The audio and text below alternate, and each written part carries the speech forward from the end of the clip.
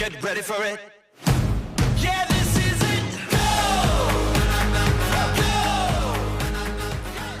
But then coming into Drummond, then out of Drummond, where there's sort of 6Ks of hills, and that's where the hills are the most brutal, sort of almost getting up to the Bothers Hill, through that Arthur's Seat area. It just, when I hit 50 Ks, Kev, and I'll talk about that was when I had my next Consport stop. But at the 50K mark, I was very clear that the 9-hour thing was not happening. And then that was fine. I was fine with that. I never sort of expected it. But, I knew that if anything, I was going to slow a bit. And in fact, on those hills, I did slow drastically. That's where my average time, because I was walking a fair bit there. Yeah. That's where my average time started, sort of slipping quite a bit. Having said that, some runners wouldn't panic because they'd know they would make it up on the downhill that was still to come. But, for me, I could feel the fatigue and the legs were really starting to set in there. And in fact, that was probably my hardest part of the entire race. Around that sort of 50K mark, I recall getting a plastic bag stuck on the bottom of my shoe, of all things.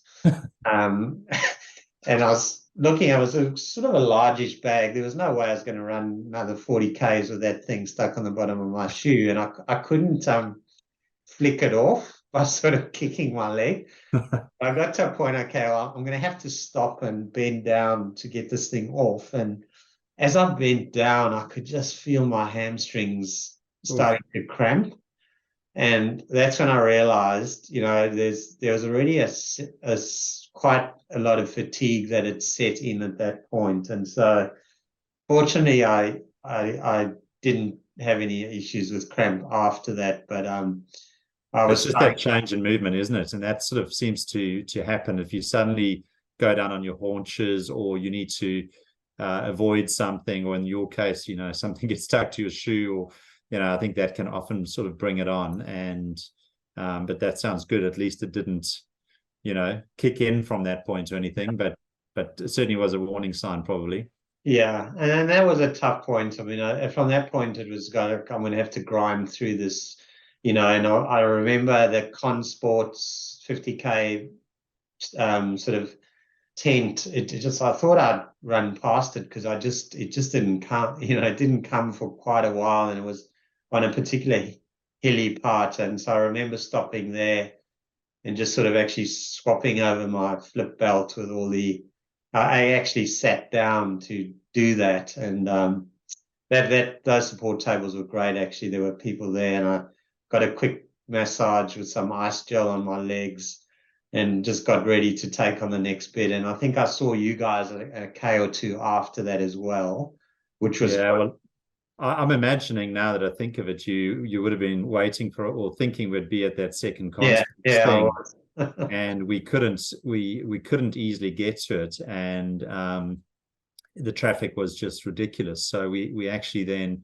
went beyond there, didn't quite know where we were going. We're sort of heading towards Hillcrest, parked somewhere fairly randomly, and turned out we were like probably a K and a half to walk to get up onto the road that you'd run past. Didn't even really know how many Ks in that was. We knew it was sort of Bothers Hill type area, and at that stage the kiddies was seriously complaining. I could barely walk, and dragging myself up this hill to try and get to the road. And it was, I started feeling like I was in Comrades at that point. It wasn't too much fun, but so apologies we couldn't get you there, because I know that feeling when you're expecting someone at a particular point, and it's like something you look forward to, and then all of a sudden it doesn't happen for whatever reason. And I'm sure you kind of go, well, something's gone wrong or whatever, but hopefully it was a bit of a surprise then to be called out a few Ks later and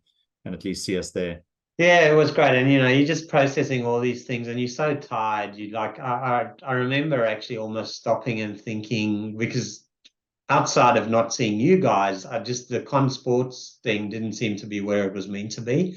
So I was almost at the point where I was stopping and going to pull out my phone and call you to go, where are you guys, and where's this damn Consports support tent? But then I gave it another 500 meters and I found it. But yeah, it's all those little things, right? And they just seem much bigger when you're so tired and you're processing, you're mentally really trying to hang in there. One great little thing was I had both the kids, Bronte and Dylan, had written little messages for me, which were in the packs that I swapped over at the 50 and 70K mark. So at that 50K mark, I pulled out Bronte's and had a read of the message, which was great because all those little things just help you keep on pushing through.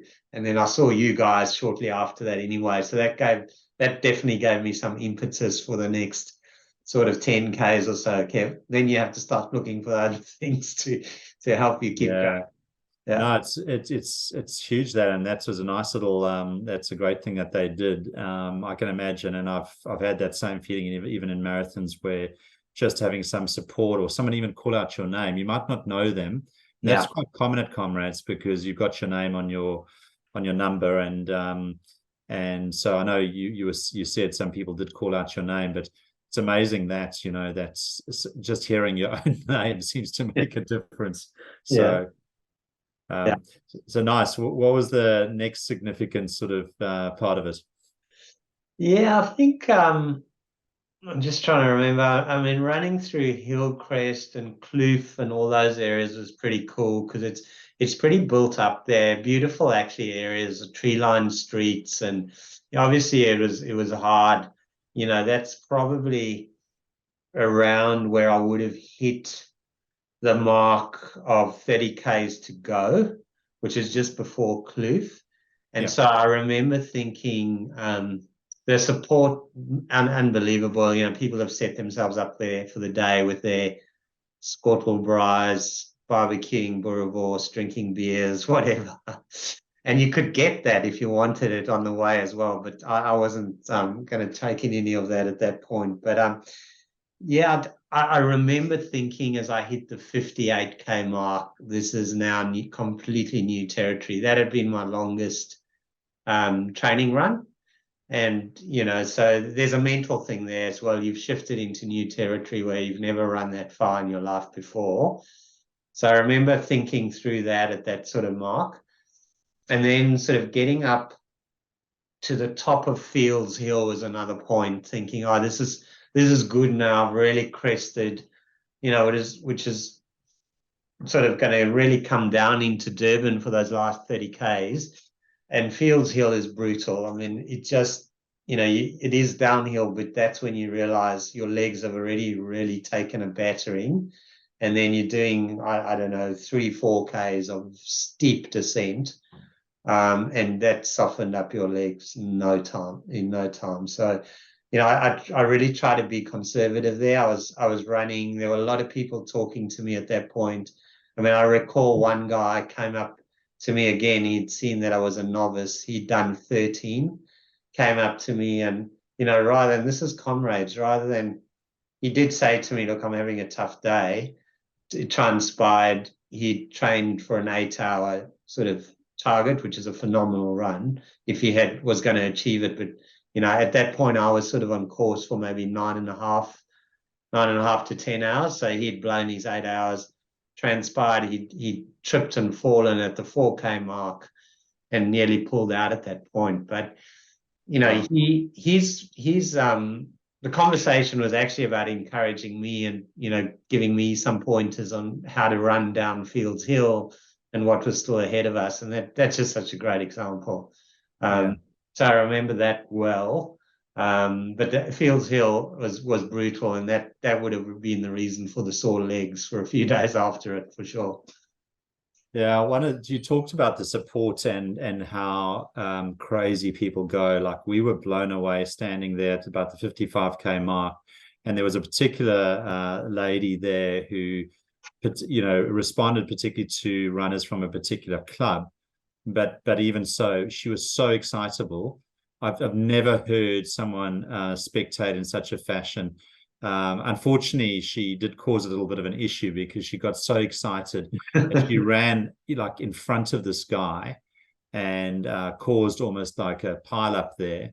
But wow, I mean, the level of support is incredible, and and I sort of reflected on that. I thought, what's the difference around the world where you here have spectators spectating? They might not even be runners or know much about running, but this is an event that just pulls people out of their houses, and everyone's just spectating. And it was also I also found that generally the African spectators were far more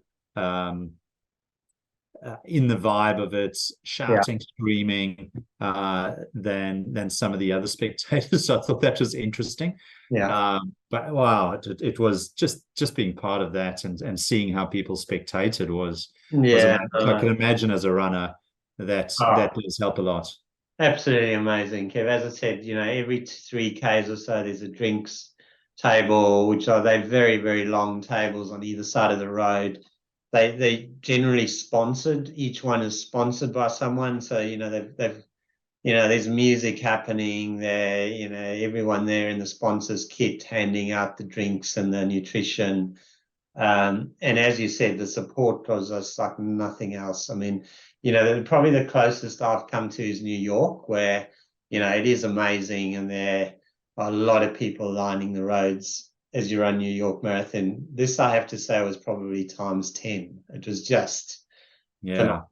So, yeah, very special. Yeah, I'm interested you said that, because that was my take as well from comparing it to Berlin. So I say this for some of my friends here in Perth who seemingly haven't yet taken up the challenge of Comrades and don't quite understand the level of support there is and the vibe of it. So yes, it is a long way. So I appreciate that, and I haven't quite taken up the challenge either. So, but just to be a part of that and experience that, I'd love to have a taste of that again. So yeah, fantastic. Okay, so you've got down Fields Hill. You now got rubbery legs. What happens after that? Yeah, so I'll talk you through sort of almost the last 20Ks of the race, because this is where it just becomes an absolute grind, to be honest, Kev. But so I was really aiming for my next 70K. 70K stop was my last stop where I had, the last nutrition replenishment, etc. And so sort of it was actually sort of at the foot of Cowie's Hill, which is sort of around 20Ks to go. And, I was in, obviously just this mental, just put one foot in front of the other, sort of looking out for this stop. And I just, again, couldn't find it until I heard my name. Someone called out my name, and I turned around, and it was one of our group supporters, Mark, calling my name, and he was standing at the Con Sports tent, and I had run straight past it. So thank you, Mark, because if you had not have called out my name, I would have run kilometers on, and there was no way I was going back. And that would have certainly sort of played havoc with me mentally. And it was, I was picking up nutrition there as well. So, Also, thank you to Mark from my perspective, because we couldn't find a way of easily getting to that point. And so I was very grateful that Mark turned up there as well, because that meant you had someone there. So I'm really glad he did catch up with you there and shout loud enough that you could hear him. And so that was certainly good. Yeah, and I don't know, I was in a world of pain at that point. So I'm sure there were a few choice words, etc., expressed when he asked me how things were going. But anyway, I mean, I did the replenishment. I got my and that was foot of Cowie's Hill. Cowie's was probably the last really big hill, which there was no way I was going to run up that.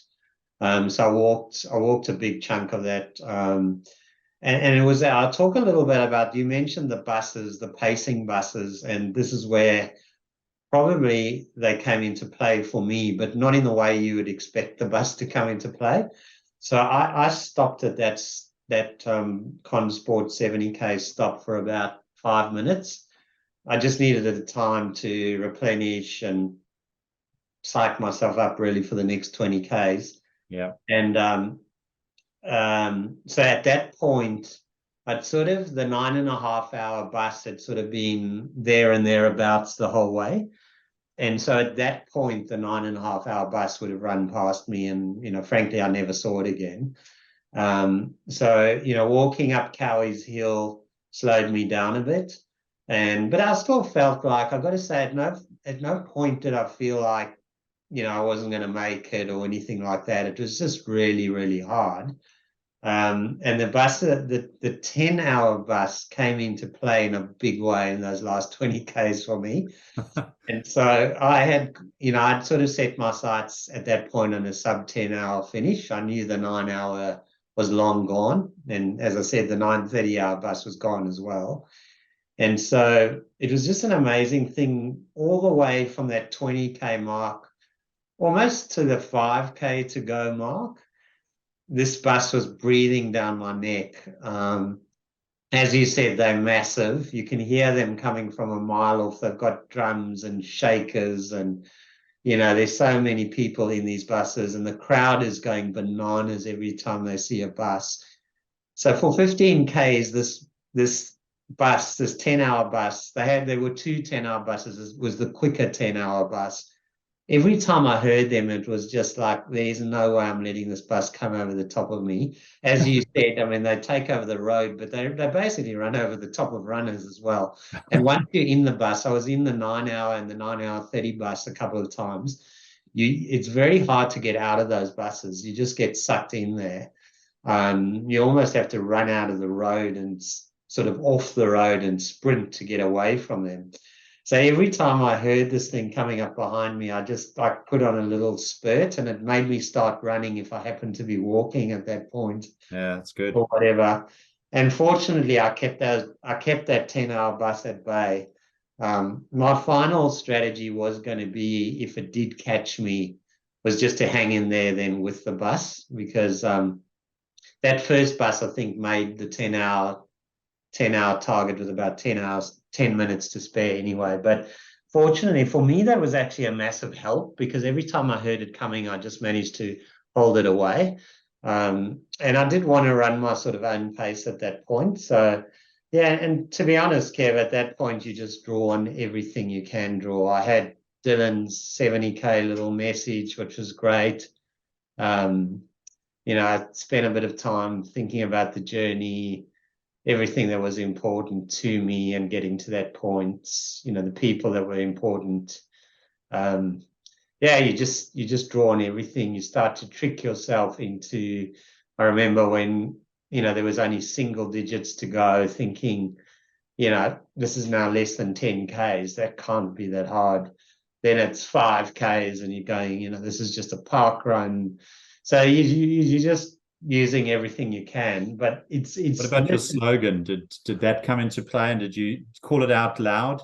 No, I didn't. I did not. I was thinking about the keep going part for sure, and I was thinking about the growing part as well, because it's all new territory. You're growing in many ways, but I didn't feel like I needed to really call it out, or just focus on it too intensely. You just get in a zone.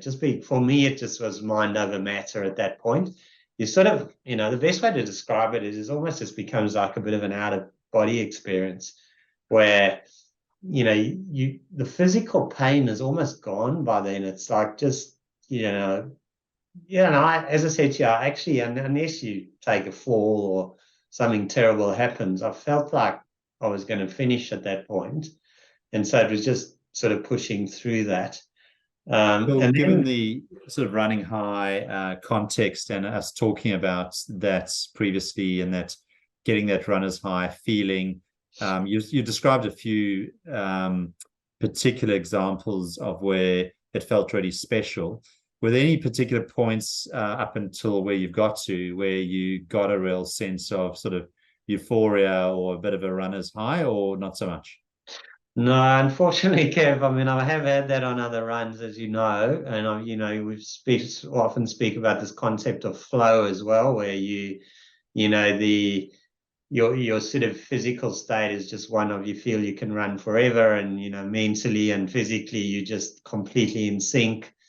I just think the pain is so much on this that you don't.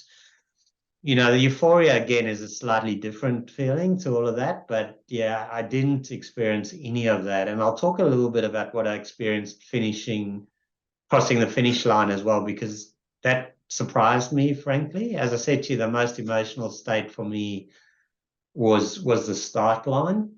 But I think it's just at that point where, you know, for me, it was just in the zone of, I'm just going to finish this thing. And you almost become a little bit numb, certainly to the physical side, but even to the mental side. I started to become numb to it. One cool thing for me, with about 5Ks to go, I heard my name again, and I sort of turned around. I saw this guy in a red T-shirt, and I had no idea who he was. And he said, "Oh, I know you from running high." And he'd obviously he recognized me from the videos, etc. Turned out to be James's cousin. And so I think if anyone's watched our videos, they'll know who James was, or James is. And this was James's cousin from Joburg, who was running as well. And I just thought, gee, this is amazing, right? I'm here surrounded by hundreds of runners, 5Ks to go, and I bumped into James's cousin.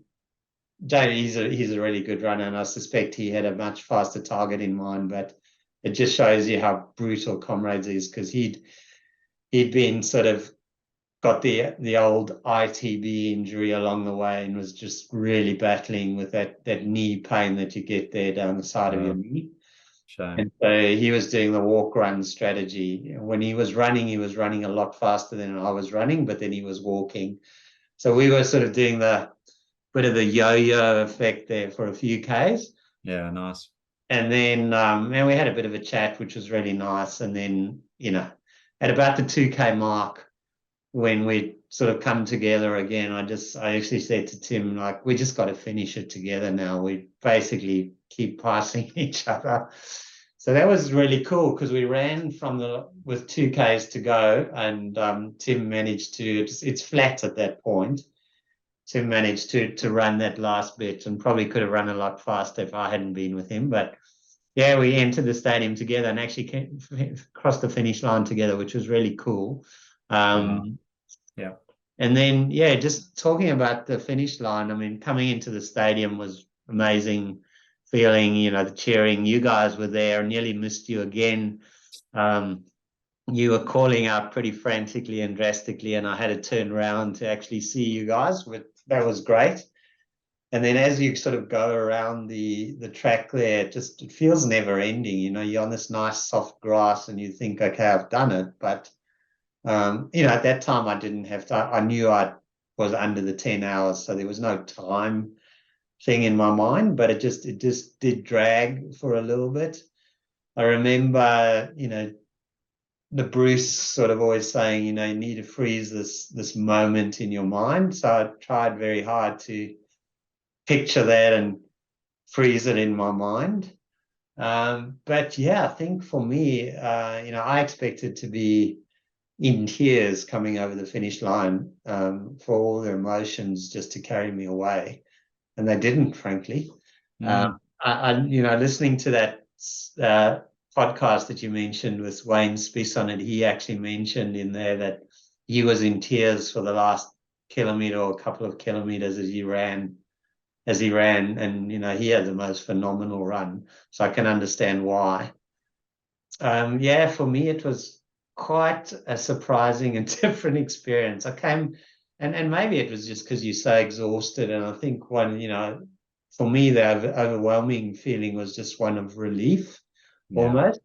So emotionally there was a bit of emptiness there, to be honest. I mean, it was fantastic to cross over and then see a few people I knew and see all of you guys waiting for me in the tent, and just this massive feeling of relief.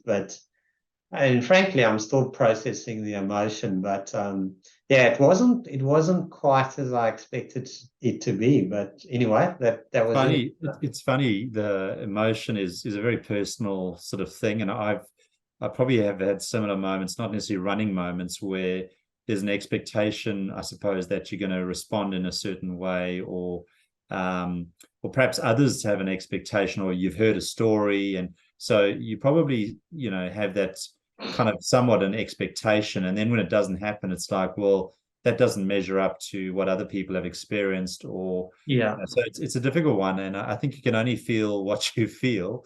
But I think the moments you got to freeze, in my mind, is, and you already started doing that, is where were the moments that you're really just going to remember. And for you, it was the start.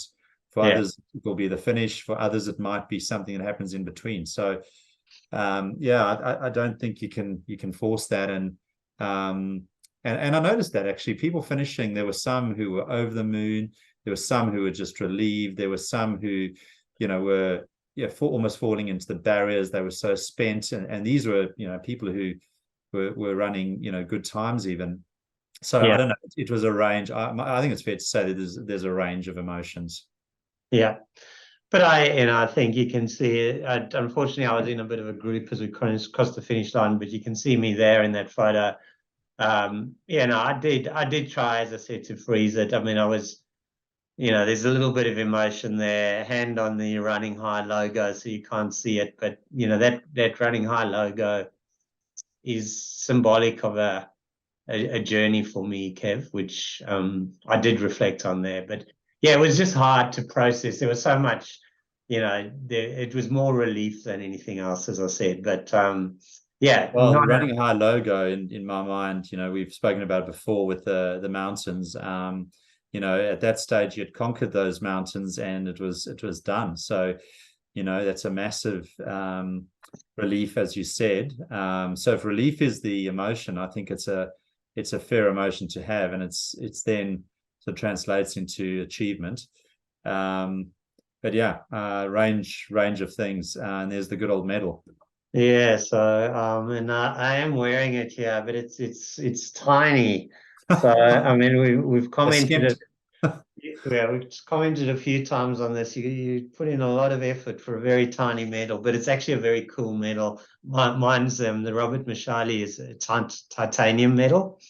It's actually the newest of the medals, and it's after the first black guy ever to run Comrades, who ran it unofficially and didn't get any recognition until many, many, many years later. So it's actually a very cool medal to own.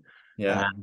That was me. In a few minutes after the finish, you guys were all there. It was just great to actually sit down in a seat there. I couldn't easily get up, and then you'll remember this one, Kev. This was actually a gift from you. You'd given me these recovery bandages. Sandra did a nice job of wrapping me in those recovery bandages, which frankly, I mean, as stupid as that looks, I think it actually helped me recover. My legs were sore for probably 2 or 3 days, but in fact, I have had worse recoveries from much smaller runs in the past. So I think those bandages helped me. Yeah, and it's maybe also fitting in that Comrades goes back to the days of the war, and what you reminded me there of was an injured soldier. But no, I'm glad that helped. And despite you obviously feeling super fatigued and spent, you were still moving, and from there you wandered off to the loo and came back, and you were still compos mentis. I think the previous photo there showed an older guy who turned out to be another Australian who was, I believe, 70, and he was cramping up something badly.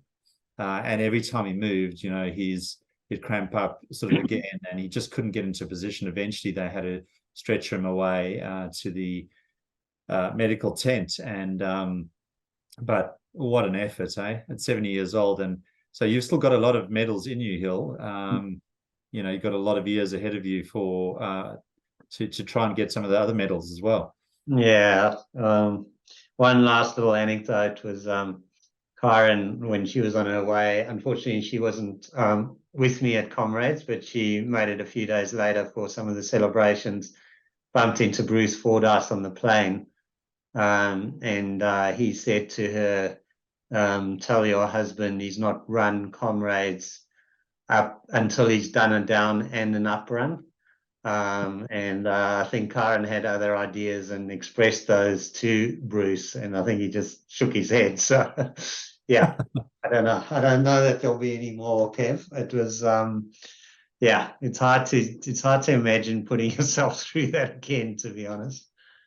Yeah, well, I mean, it's the special things within the race that bring you back, and all the things we've spoken about. So, who knows? And yeah, I mean, you don't have to commit to it straight away, and you don't have to ever commit to it again if you don't, because you've ticked that box. So that's the cool thing. But that said, who knows? Who knows what happens? And I'm still quite keen to, obviously, once I've got my recovery under control, start ramping up to, a bit of distance again. But yeah, too soon to tell even whether I'll get there again. But it would be pretty cool, and it must be amazing to own that medal and all those memories and be able to tick that box. So fantastic job. Yeah, no, absolutely. It's lived up. It's exceeded all expectations. As I said, I'm still processing a lot of it, Kev, but when I talk through it in the way we just done, exceeded all expectations. Yeah, and yeah, too early to tell. I know you'll no doubt be back into the running and the longer distances, and yeah, you can figure out you've had an experience of it in a different way, and yeah, one for the future in terms of whether you actually want to run it. But yeah, that's right. I mean, but that's the experience I can certainly attest to, one being a very special event, and I know you particularly soaked up all the history of it, and so I think it's as much about the journey to Comrades as it is about the race on the day. So I think it was a fantastic 6 months. And probably the last thing we've got to talk about very quickly is just post Comrades. I mean, we based ourselves down in Durban, or just north of Durban, in Umhlanga. We had a very nice apartment overlooking the Umhlanga beach. What are your memories of that? And I know we had a little event planned on the Monday night, which we did as well. What were your how did you feel? Were you able to celebrate a little? And what do you remember about that? yeah, I mean, actually, those first couple of days, I mean, obviously sore legs, struggling a little bit to walk around. There were plenty of those people walking around, as we saw. But I didn't actually pull up as badly as I thought. The legs started to feel better sort of by day 3. I just spent a bit of time, really trying to soak it all in, not be too physical. Yeah, one of the highlights was the little event that we had at the pub in Umhlanga, which is a get together for the Georgian Dragon, I think it's called there.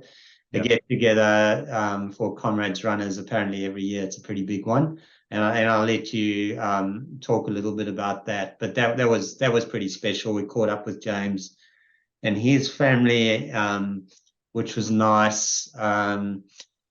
And yeah, so that was nice. I think the thing that now that I reflect on 4 weeks later is, I was only starting to feel the effects of how much the experience had actually drained me physically and mentally.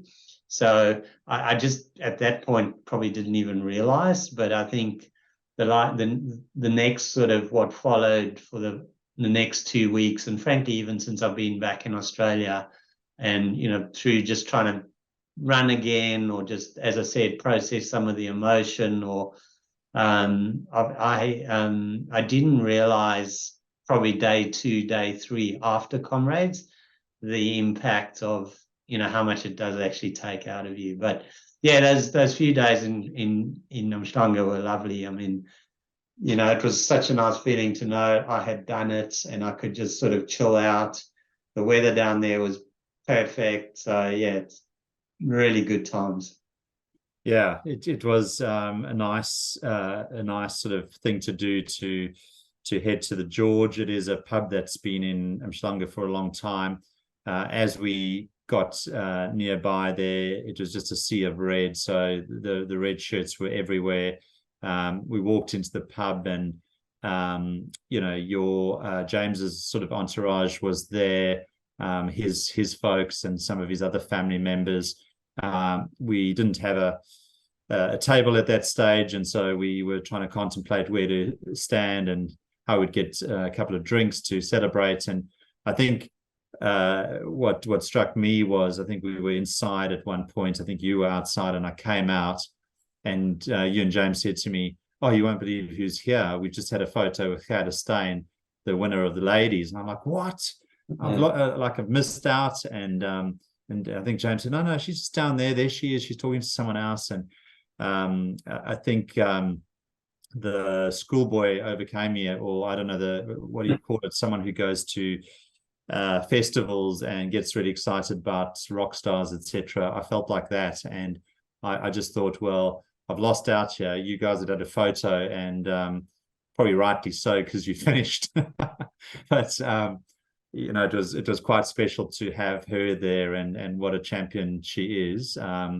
She did smash Frith van der Merwe's down run record, which stood from the 1980s, by what was a good 5 minutes, Hill, or around about, just most phenomenal run. She ran 5:44, just under 5:45, which is at a pace of 3:56, so sub 4 minute Ks for the Comrades. She won by a margin of 11 minutes, and she rocks down into the pub, and she's just chatting to whoever. She's sort of standing on the street. People, I think, I don't know, I'm sure they were buying her drinks.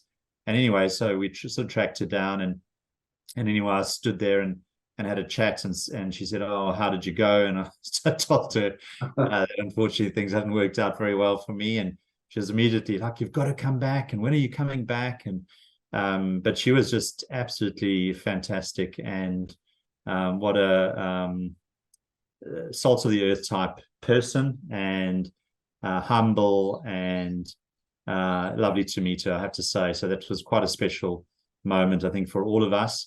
And the evening continued there, and I think later on James and his crew left, and it was just you, me, and Sandra, and we went on and went to a nice Italian restaurant, didn't we? So that was really nice too. So what an evening. Yeah, no, really good times, and it's really, I mean, it feels like long ago already for me. I don't know about for you, Kev, but just having all of those memories is, and we've got the photos if we need them, but I think those memories will stick in our minds a long time anyway. Yeah, for sure. And probably the last few call outs is just to a few other runners who are notable. Obviously, the winner of the men's, it was fantastic to see that tussle unfold. I guess we only watched it afterwards, but the reigning champion Tete Diana managed to defend his title. But the video of it, if you want to look it up, is sensational, because he sort of is shown coming towards the stadium, looking back every few seconds, and he had a reasonable lead and thought things were pretty much in the bag, I think, albeit he was being quite cautious. And remember Bruce Fordyce is commentating, saying he's going to have a stiff neck if he continues like that, because he keeps looking around. But probably rightly so. But he was moving pretty freely, looked very, very good. He then ran into the stadium, and suddenly you see him looking back again, and all of a sudden the second runner comes into view. Yeah. And this guy has just bolted. He must have been running, considerably faster, and he's just closed the gap. And you go, "Oh my word, what's happening here?" And anyway, I mean, I looked at the official times. He beat him by 3 seconds, and it was just a really crazy thing to think that it could have come down to literally those last few seconds. Yeah, and it was one of the most. I think they said it was the third closest finish ever, but it was amazing. But what also, was good to see from Tete was, when he saw that guy, I think he was pretty surprised, right? But he just put the turbo on there for a few meters, and it's just amazing to see how how conditioned those guys are, that you can actually even do that. If it had been me, it would have been, okay, whatever, you're gonna have to pass me, right? But he just I better just put a bit of pace on here, which he did, and clinched it. So amazing, yeah. Unbelievable. And one last probably call out, or last couple, is to Wayne Spiss, who is a South African who resides in Queensland and runs a podcast, and we've listened to that. 50-year-old, smashed out 26th place, surprised himself to go under 6 hours, or well under 6 hours actually. Ran a 5:42, pace of 3:54 at the age of 50, breaking I think it's called the vet's record or something to that effect. That's absolutely sensational. So congrats to him.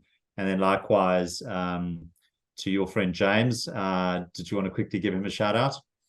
Yeah, absolutely. I mean, James, he's been on this journey from the start, and I know he's featured on a couple of our videos. He was absolutely, we talked about getting sick prior to, and absolutely cruelled by getting COVID 4 or 5 days out from Comrades. So James, the fact that you even got to the start line and how difficult that must have been for you, I can't even comprehend, because we were talking about how paranoid I was about getting sick. So, even getting to the start line, amazing effort, and then still smashing out just over 8.5 hours is just a phenomenal effort. I know we've done a debrief. I know you found it at the 50K mark, as you said, your legs were cooked at that point. But hanging in there to get that time, and I know you'll probably be back. You're a lot younger than I am, but that is just a phenomenal effort. So well done, and thank you as well for coming on the journey with us. It was pretty. Hopefully, you enjoyed it as much as we did. Yeah, well done, James. And it was great to see James just fortuitously at roughly the 55K mark, and to think that there he was running with COVID. And still pushing through. You could see that he was fatigued. I mean, I'd run with James at Port Fairy, and James has got an incredible running style, which is, just looks so easy. But it's probably the first time, James, I have to say, you did look quite tired. But wow, you still had a long way to go, and you persevered and still ran that amazing time. So well done with COVID. So amazing. A couple of call outs just from a couple of Perth people that I know. Also to Jackie Kellerman, who ran a 7:10-ish, 7:11. Amazing. Well done. And also to Andre Pinar, who probably didn't have the best of days. But anyone who finishes Comrades is a champion. And last but no means least, a valiant effort from Derek, who we've also had a few call outs to and ran with us at Port Fairy. It was wonderful to share the experience of Comrades with you, Derek. And I know it was a tough day for you out there, and you made the right call well into the race to call it quits. It would have been tough to do, but we're proud of you, and you did a great job. So well done, and contemplation time for you. Maybe you and I will hit the road on it again at some stage. Yeah, awesome job, Derek. I know you were disappointed, and I know people say, which is actually true, and it might feel a little hollow for you, but it is actually true. Just turning up at the start line is a massive achievement in itself. And as Kev said, we went on that journey with you. We shared lots of sort of banter, and I know you put in the effort and the training, and you unfortunately also got sick a little bit before, and all of these things are a factor. So well done just for showing up and getting as far as you did, and I'm sure you will be back. Yeah, absolutely. So well done to everyone, particularly to you, Hill. Thanks to everyone who's been following this journey. Hopefully you've enjoyed it. This is a marathon segment, this one, but you can watch it in parts if you like. And but yeah, no, it's been wonderful debriefing it and chatting about it in a bit of detail, Hill. So hopefully this is a culmination for you of what was an amazing journey to get that far and come out with that wonderful medal. So it's very inspirational, and I hope others have found it the same way. Certainly, I've had a lot of comments from people who've been following to say, well done, and they're amazed by what you've achieved. So, yeah. Yeah, thanks, Kev. And I know also, it was a disappointment for both of us, frankly, but, I know for you setting out on this journey, wanting to do it, having experienced it in a different way. And I'm just so thankful that you did experience it in that way. It made a big difference for me. And as we said, who knows what happens in the future. But, the other thing that I've really enjoyed as part of this is these little running high videos that we've been doing. I think this is around about our 30th one now. So that's been a journey in itself. Really enjoyed that. So yeah, thank you for all your participation in every aspect of it. Yeah, it's been a lot of fun, and it sort of makes it somewhat more meaningful. And despite the fact that I wasn't able to complete it and run the distance, it was a good decision to, one, not to do that, because it would have not been possible, to be quite frank. But secondly, to have done a short distance and been part of it and done it with you, I'm grateful that I was able to do that. And now it's focus again on recovery. So that's okay. Still young enough to get back into running, and I'm not feeling too bad about that. So yeah, it was tough at the time, but I think I'm over it. Yeah, no, absolutely. You're on to the next thing, Kev, and I'm sure you'll be back in no time. Yeah, well, thank you. Hill, do you have any parting words or words of wisdom, or perhaps even a quote that you wanted to share? No, I don't have a quote, which probably surprises you, Kev. Maybe I'm just all quoted out, but no words of wisdom. It's such a personal thing, taking on these challenges, and I think the thing for me that struck me was, yes, it's a big thing, it's a big achievement. There's so many people out there doing it, each on their own journey. For me, it was a really important thing to do and a big goal that I set myself. And, I worked hard at it, and I guess there's always a lesson in that. If you work hard at it, there's a good chance you're going to achieve your goal. But I'll also reflect on a lot of stuff has to go your way, and I'm incredibly grateful for everything that went my way, because we've talked about a number of people on this little clip here and throughout the journey that it didn't go their way perfectly. You're one of them, Derek's one of them. So I do reflect on that and go, as hard as I worked, I'm still incredibly lucky and grateful for that it all came together the way it did. Yeah, and I think the message as well, and we know this through other runners who've done multiple Comrades, people have done many of them, they will talk about the days that didn't go well. And sometimes that was just down on to the day, something has gone wrong on the day. But a lot of them have returned and for another day, perhaps others haven't. So as you say, it's a very personal choice, and it's perhaps not for everyone.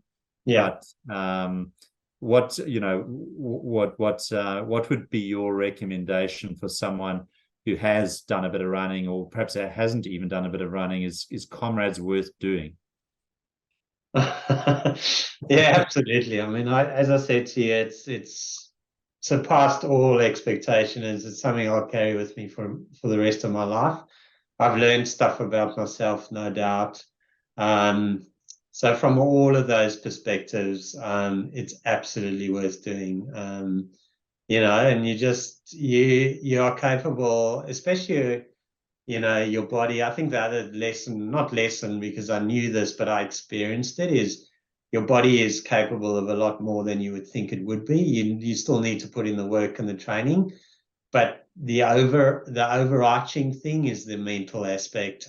And I think, just sort of putting yourself in those situations where you get to test that mental fortitude, it's part of the reason I did it. But it's a pretty special feeling when you can push through that sort of pain and that hardship. And so, yeah, I mean, it sounds bizarre that people would put themselves into that, but I would absolutely recommend it to anyone who's even thinking of doing something like it. Yeah. Yeah. Fantastic. Thanks for that endorsement. And Comrades will pay us a lot of money for that endorsement. It's been fun, Hill, and thanks for sharing your story. And we'll throw in some footage and photos, and we hope you've enjoyed this talk. And yeah, the future of Running High is still looking good. We will have to share in a future episode what plans we have for the future, but we're looking forward to bringing you some more, and what that is we'll hold in abeyance, but yeah, we will be back. Absolutely. Thanks, Kev. All right, all the best. Well done. See you. Bye. This day is gonna be the greatest memory, making history. Let's go. You don't need no luck with that golden touch. Time to light it up. Let's go. Get ready for it. Get ready for it. Get ready for it.